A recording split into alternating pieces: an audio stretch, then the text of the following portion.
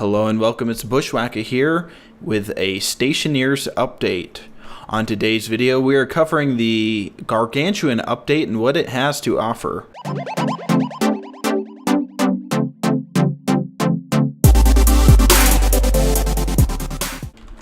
Let's get started. You guys can see that we have our lander here. This was available on previous updates on Vulcan, but now if you start a new world on Europa or any of the other planets, you will also get a lander.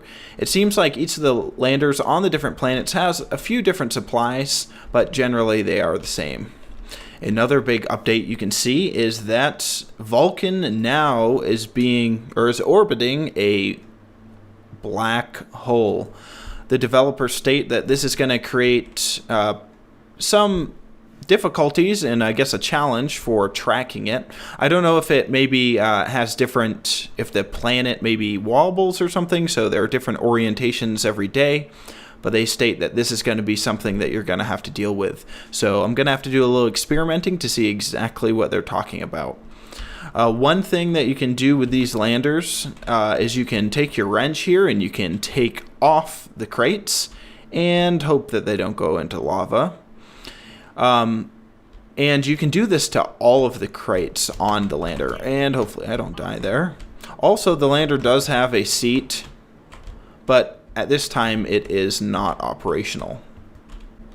Also, you can take your angle grinder once you've taken off all of your crates and, place them very organized on the ground, just as I have done here, you can use your angle grinder to deconstruct it. Unfortunately, when it is completely deconstructed, you don't get anything for it, so it just disappears. So if it's in your way, it's a good idea. If not, you can probably just leave it there and it's fine. It's always good, to place all your crates right in a pit of lava as well. I highly recommend that not. Also, one thing I wanted to check out, although they didn't do any changes with the atmosphere here, I just wanted to see if it is still a bad idea to open an oxygen tank on this planet. So let's open it up a little bit. I mean, it shouldn't. Oh, shoot. Nope. Yep. No, still a bad idea.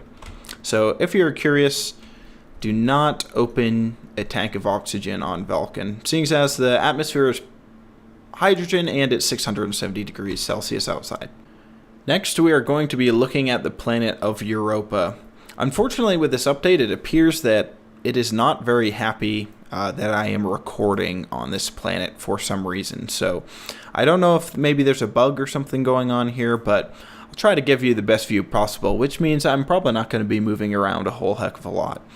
So Europa, as you can see, it looks a little bit different. So they changed the terrain. They say it is a bumpy terrain with mountains. So that appears to be a pretty perfect description, as you can see some pretty nice mountains. And I would say that for building bases, Europa is a lot friendlier now. There's a lot more open space available. Also, they changed the atmosphere just a little bit. It appears the only thing that did change was that the pressure was reduced down to 45 kilopascals. Nothing else seems to have changed, but I'm sure I could be wrong on that.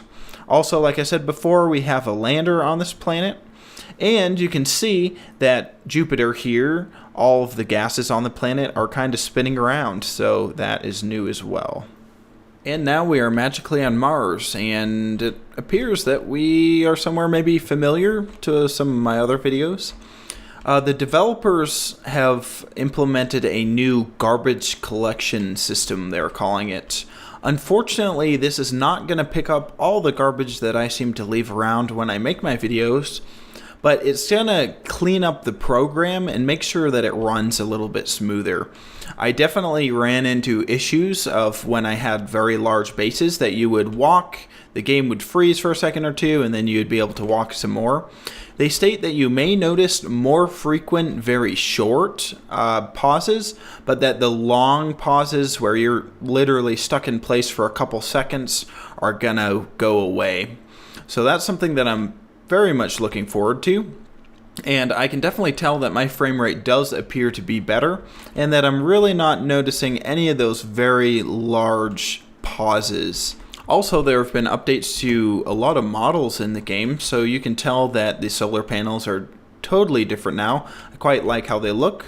The power controllers here, or area power controllers, look a little bit different as well, and they don't have the little buttons that didn't do anything, so that's nice. Another thing that you may see is this. What is this? This is the brand new robot that I am extremely excited about. Unfortunately, at this point, the robots are only going to be available on Creative Worlds. This is so that people are able to experiment with them, see how they work, and kind of get back to the developers of what they like, what they don't like. They're not quite ready for the game yet, but they wanted to release them so people could have access to them. So these take a battery, so you can put a battery cell inside of them. And also, these things aren't going to work by themselves. So you're going to have to program a chip, so a logic IC chip like that goes in the housings, and throw it in as a brain. And then a program will run, and you're going to have to tell it to go, this direction, mine some ore, and then come back, and then you can dump this into a chute. So this is definitely something I'm going to be taking a look at and making a video later on. But at this point, like I said, it's only available in a creative world, and there's still some bugs and stuff that they want to figure out with it. But it is definitely very cool, and it's going to save you a lot of time from having to go out and mine all the resources yourself, which seems like sometimes half the game is. Well, hopefully you guys like this video. I'm really excited to check out all the new models. Also, I'm excited to try out this little robot here and see what I can do with it and share that with you guys. Also, with the changes to Vulcan and Europa, I think those are for the best. And I think most importantly, the update to the engine where it's going to have less of those long pauses, especially for me making these videos, that's going to be very, very helpful. Wait a second, I can't go out yet. I forgot to show you the most important part. Explosives.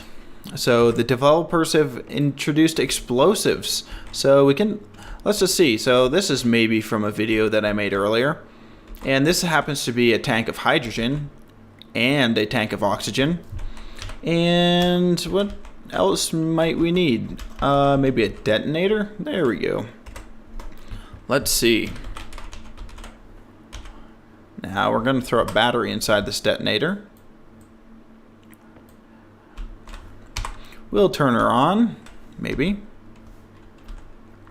Turn it on. And we're going to link. There we go. We linked this explosive. It happens to be sitting right next to an oxygen tank and a hydrogen tank. So I'm kind of curious to see exactly what's going to happen. I think I have a little bit of a feeling. But let's take a look. So while this is happening, again, I'm going to thank you guys for watching.